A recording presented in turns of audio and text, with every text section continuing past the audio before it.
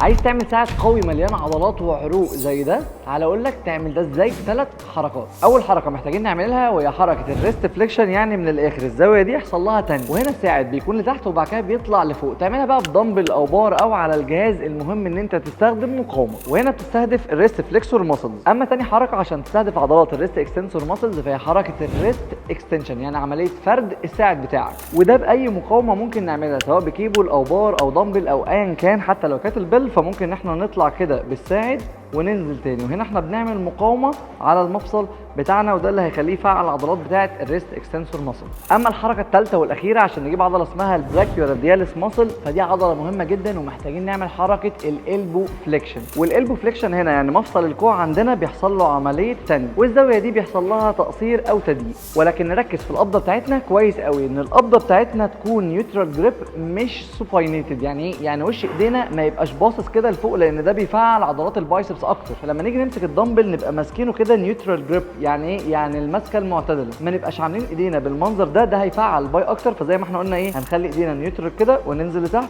ونطلع فوق، وبكده يبقى معانا ال3 حركات اللي هيشغلوا الساعد بتاعنا كله. كل العضلات دي واكتر، وحتى علم الحركه بتاعها وكيفيه نقل الاحمال وتمارين غيرها كتير، وكيفيه تحليل الحركه هتلاقوه في كورس التشريح وعلم الحركه لاعداد المدربين. وما تنساش تعمل لايك وفولو وسيف للفيديو عشان تشوفوا بعدين اللي جاي كتير. سلام.